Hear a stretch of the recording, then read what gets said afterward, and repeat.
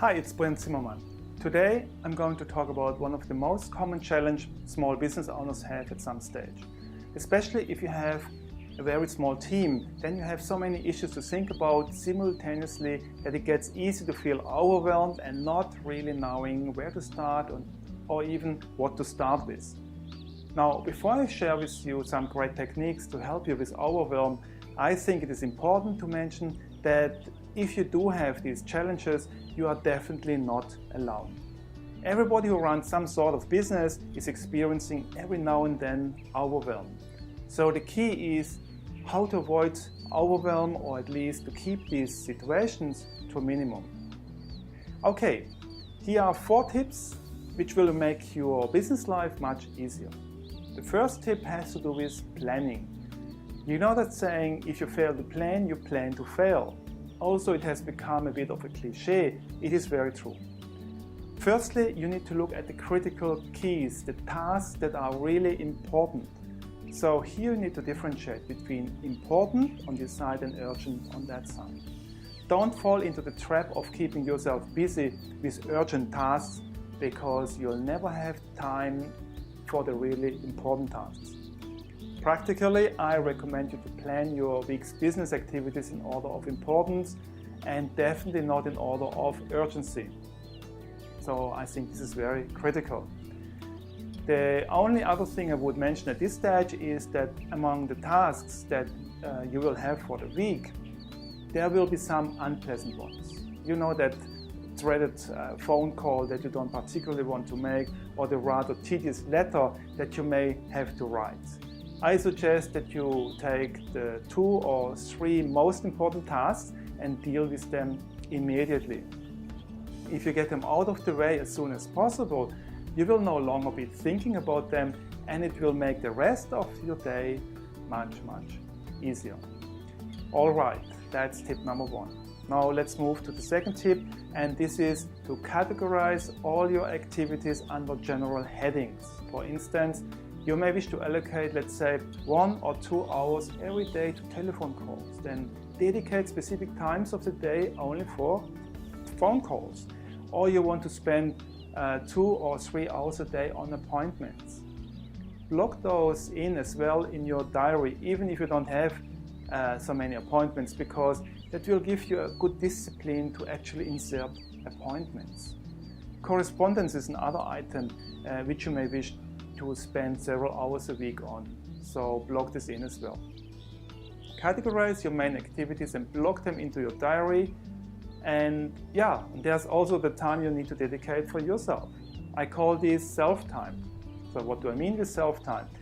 This is the time you allocate for reading, exercise, family, lunch, self-improvement, and all the other things that are important to you.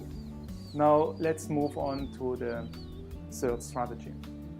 I find leading an organized business life very motivational, because I'm a great believer in management by objective. That is to say, setting a task and dealing with it within an allocated time. For example, if you're going to write a new blog post, you put a time limit to this task. Let's say 1 hour. And funny enough, most tasks get finished within the allocated time. And as a side effect, this helps you also not to be too perfect in your execution. Always remember that the time available to you is like a bank account into which you can never put deposits in, but only take out. Your time is a constantly decreasing asset, which means that you should never waste it or allow others to waste it for you. This is a big no. So practically, if you are in charge of people, do not operate an open door policy, because that's going to prevent you from controlling your own time. If you allocate 1 hour per day to telephone new clients, for instance, do this for 1 hour and then stop.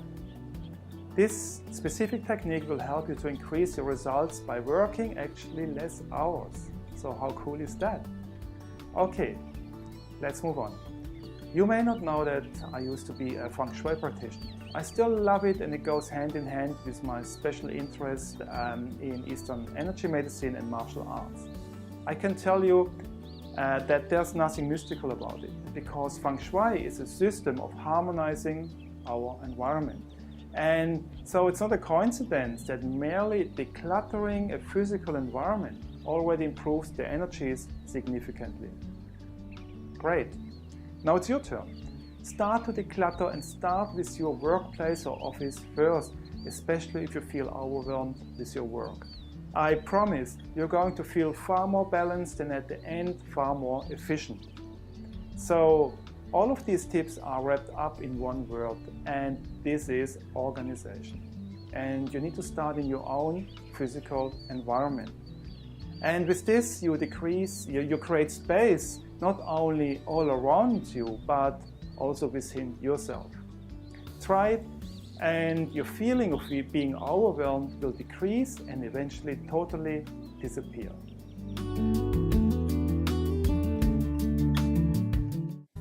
Hi, it's Bojan Zimmermann. If you have enjoyed watching this video and you want more valuable tips to change your business and your life, then you can do 3 things right now to continue your journey.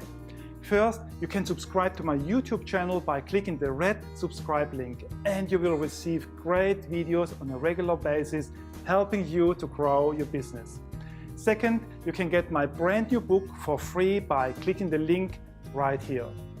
And third, you can also go to my website, sign up for my newsletter with behind-the-scenes strategies I use to attract an abundant flow of perfect premium clients.